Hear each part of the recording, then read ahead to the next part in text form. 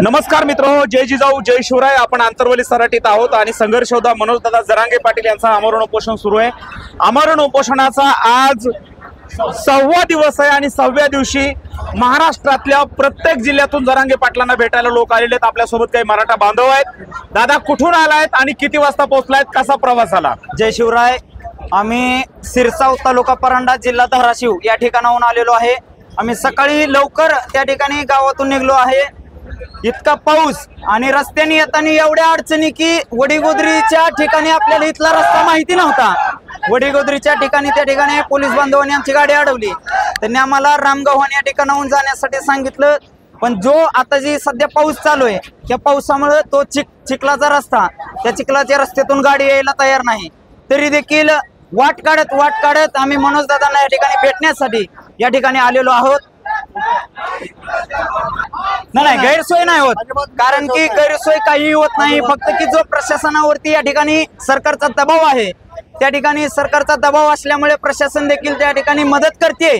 फक्त की जो पर्यायी मार्ग त्यांनी दिलाय तो पर्यायी मार्ग सध्या बंद असलेल्या अवस्थेत आहे। आता सध्या पाऊस चालू आहे सर, पण तो पावसात त्या रस्त्यावरून वाहनं येत नाहीत, स्लिप होत आहेत, माणसाला चालता देखील येत नाही। अशा परिस्थितीत हा जो मेन डांबरी रस्ता आहे, वडीगोद्री चौकातून येणारा मेन डांबरी रस्ता आहे, पण काही वडापाव लोकांच्या त्या ठिकाणी उपोषण चालू आहे म्हणतात, पण त्यांच्यासाठी तो रस्ता बंद केलेला आहे। पण आम्ही कुणाला दोष देत नाही, त्यांच्यावरती आम्हाला डोकून सुद्धा बघायची गरज नाही। मनोजदादांनी शांततेचं आवाहन केलंय म्हणून आम्ही शांत आहोत। पण आमचा जो मार्ग आहे आंतरवलीकडे येणारा, त्या मार्गाने आम्हाला येऊ द्यात, कारण मनोजदादांना आम्हाला ठिकाणी समर्थन द्यायचंय, मनोजदादांना आम्हाला ठिकाणी भेटायचंय, मनोजदादांना पाठबळ द्यायचंय। ह्याच्यामुळे आम्ही या ठिकाणी येतो आहेत। नाही, अहो 1 वर्ष झालं, आता 1 वर्ष झालं। आम्ही त्या ठिकाणी मुंबईला देखील गेलेलो होतो। मुंबईमध्ये 27 जानेवारी रोजी तो मुख्यमंत्र्यांनी आम्हाला अध्यादेश दिलाय, त्याची अंमलबजावणी का करत नाही तुम्ही? कुणाच्या दबावाखाली सरकार चालवत आहे? कुणाचा दबाव आहे तुमच्यावरती? दिल्ली स्वराचं त्या ठिकाणी तुम्ही तळवे चाटत असाल, पण हा स्वाभिमानी महाराष्ट्र आहे। हा स्वाभिमानी मराठा समाज या महाराष्ट्रामध्ये जगतो आहे। हा स्वाभिमानी मराठा नक्कीच तुम्हाला याचा धडा शिकवल्याशिवाय राहणार नाही, कारण तुम्ही आज मराठा समाजाची त्या ठिकाणी चेष्टा केलेली आहे।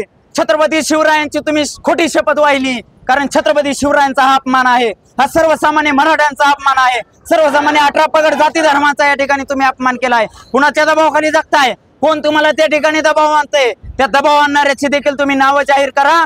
तुम्ही मराठा म्हणून त्या ठिकाणी मराठा समाजाला न्याय देण्याचं काम लवकरात लवकर करा, एवढीच आम्ही त्या ठिकाणी विनंती करतोय। खरं तर तुम्ही जो प्रश्न विचारलाय त्या प्रश्नातच एक उत्तर आहे की मराठा समाजातील आमदार खासदार, कारण खरं तर जातीवंत मराठा असेल तर तो पेटून उठलाच पाहिजे। कारण मनोजदादांची जी परिस्थिती आहे, समाजातील पोरं आज या ठिकाणी आत्महत्या करतायत, समाज आज उघड्यावरती पडलाय, तरी देखील या मराठा आमदारांना खासदारांना त्या ठिकाणी जाग येत नाही। कारण ते आज ईडी सीबीआय असेल, इन्कम टॅक्स असेल, फडणवीस असेल, भाजप असेल, दिल्लीच्या स्वरांवरती त्या ठिकाणी दबावाखाली येऊन आज या ठिकाणी राजकारण करतायत। त्या सर्वांना देखील हात जोडून विनंती आहे, कारण की अंतिम टप्प्यातली लढाई आहे। खरं तर आज अंतिम टप्प्यात लढाई आली आहे। तुमच्या सहकार्यांची गरज नाही, फक्त की तुम्ही विरोध करू नका। आज तुम्ही विरोध करताय म्हणून एवढी आज आम्हाला या ठिकाणी रस्त्यावर वेळ आलेली आहे। खऱ्या अर्थाने विरोध करणार आहे 100%। आमचा जाहीर या ठिकाणी मीडिया समोर आम्ही बोलतोय की जाहीर आणि स्पष्ट आरोप आहे, देवेंद्र फडणवीस या सगळ्या गोष्टी घडवून आणतात। त्यांना देखील आज देखील आम्ही त्यांना मानतो आहे, कारण की आज सरकार त्यांच्या हातात आहे। या ठिकाणी शिंदे साहेबांना देखील विनंती आहे, अजित पवार साहेबांना देखील विनंती आहे, फडणवीस साहेबांना विनंती आहे। आजही देखील आम्ही मराठा समाज तुम्हाला एक इज्जत देतो आहे, कारण सरकार तुम्ही चालवतात। आज तुम्ही म्हणताय की विरोधकांना त्या ठिकाणी तुम्ही प्रश्न काय विचारत नाही, विरोधकांचा या ठिकाणी प्रश्नच येत नाही, कारण की आज राज्य तुम्ही चालवतायत। एक तर तुम्ही ही खुर्ची सोडा, ज्यांनी खुर्ची त्या ठिकाणी पदभार स्वीकारेल त्याच्या सुद्धा हात धुवून मागे लागल्याशिवाय मराठा समाज शांत बसणार नाही। शिंदे साहेब नक्कीच त्या ठिकाणी आरक्षण देण्याच्या भूमिकेत असतील, पण आरक्षण देण्याच्या भूमिकेत असतील कारण ते देखील मराठा आहेत, पण त्यांच्यावरती देखील पूर्णतः फडणवीस साहेबांचा त्या ठिकाणी दबाव आहे। त्याच्यामुळं त्यांना समाजापेक्षा सत्ता महत्वाचे, त्यांचा पैसा महत्वाचा आहे। त्यांचं ते आजपर्यंत त्यांच्यावरती दबाव येतोय, त्यांची गद्दारी झाकायची असेल, त्यांची त्या ठिकाणी भ्रष्टाचार झाकायचा असेल ते देखील त्यांना झाकण्यासाठी ते फडणवीसच्या दबावाखाली येऊन समाजाचं वाटोळ करतायत. काय आता शेवटची काय मागणी सरकार? शेवटची मागणी एवढीच आहे, लोकसभेला जो हवाडा दिलेला आहे ना त्यापेक्षा जबर हवाडा आदरणीय मनोजदादांच्या नेतृत्वाखाली मराठा समाज नक्कीच देईल. एवढंच त्यांना आम्ही एक जाहीर आता आवाहन करतो आहे. शेवट तुमच्याकडे शेवट तुमच्याकडे जे आचारसंहितेपर्यंतचा वेळ आहे त्या आचारसंहितेच्या वेळापर्यंत तुम्ही तात्काळ मनोजदादांच्या मागणीनुसार आज देखील जे मराठा समाजातील काही फुटीर लोक त्या ठिकाणी वेगवेगळे आंदोलन करायला लागलेत.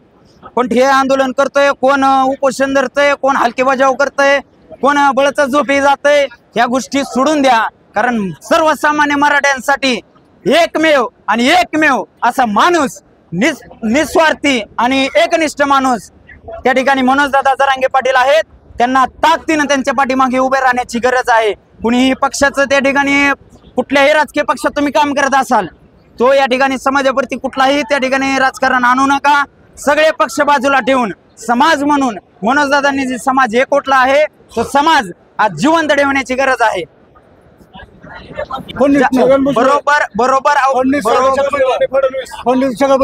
बरोबर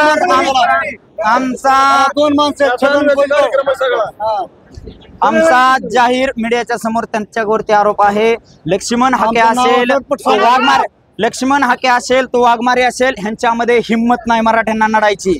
त्यांना सर्वतोपरी सरकार त्या ठिकाणी सपोर्ट करतंय. सर्वतोपरी ताकद पुरवण्याचं काम लक्ष्मण हाकेला ताकद पुरवण्याचं काम सरकार करत आहे. देवेंद्र फडणवीस करत आहेत. गृहमंत्री त्या ठिकाणी त्यांना ताकद पुरवण्याचं काम आहे. नाहीतर चिल्लर आहे हो, तो खरंच चिल्लर आहे. अहो मच्छर फुकल्यासारखा ह्याला 5 मिनिटात मराठे भुकतीन जातील. मनोजदादांचा आदेश आहे म्हणून खऱ्या अर्थाने मराठा समाज शांत आहे. नाहीतर वडी गोदृतीने यायचंच म्हणलं तर मराठा समाज नक्कीच येऊ शकत होता. कारण मनोजदादा फक्त नाही पोलीस प्रशासनाला देखील आम्हाला त्रास द्यायचा नाही. कारण हा लाठीचार्ज जो याच ठिकाणी याच पवित्र ठिकाणी लाठीचार्ज अमानुषपणे आमच्या आया बहिणीवरती लाठीचार्ज केलेला आहे त्याची पुनरावृत्ती कुठल्याही प्रकारे आम्हाला करून द्यायची नाही किंवा ती आम्हाला चूक करायची नाही.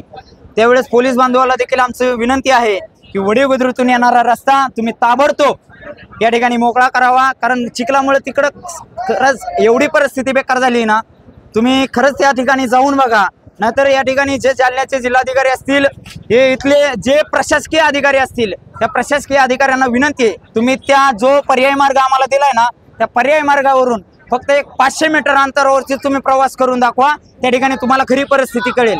वडी गोदरीतला रस्ता ताबडतोब तुम्ही त्या ठिकाणी मार्ग मोकळा करावा.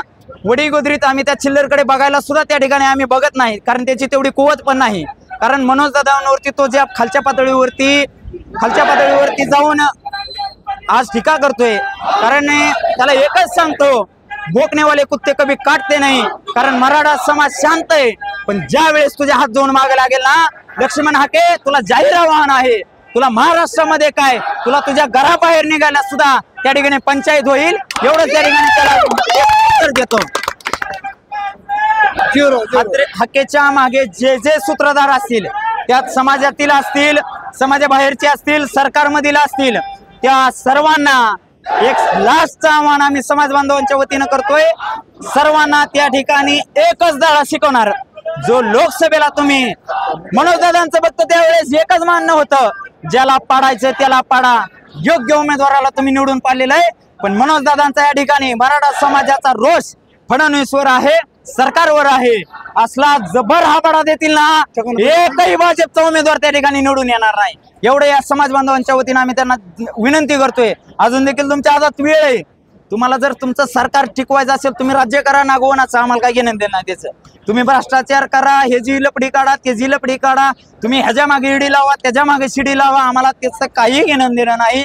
फक्त तुम्ही समाज म्हणून एक विनंती करतो की तुम्ही मराठा समाजाला न्याय देण्याचं प्रामाणिक प्रयत्न करा. एवढंच या ठिकाणी सरकारला विनंती.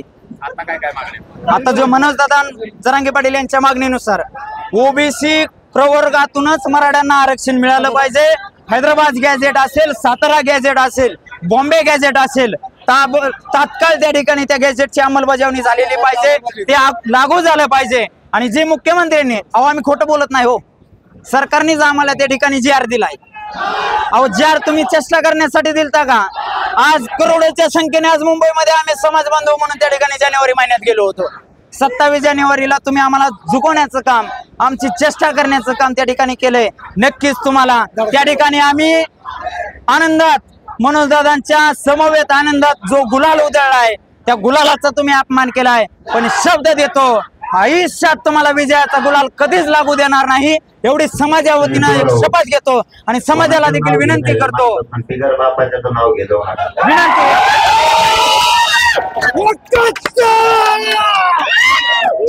अरे एक मराठा, एक मराठा मनोज जरांगे पाटील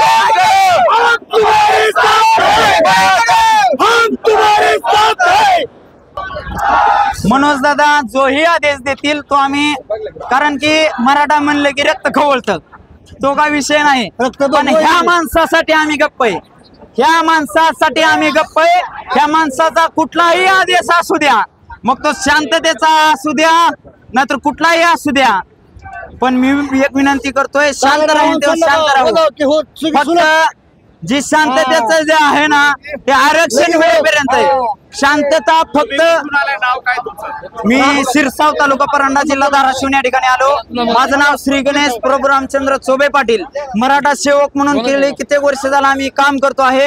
मनोज दादांचं नेतृत्व आम्हाला मान्य आहे. मनोज दादांच्या नेतृत्वामध्ये आयुष्यभर काम करत राहील एवढे या ठिकाणी शब्द देतो.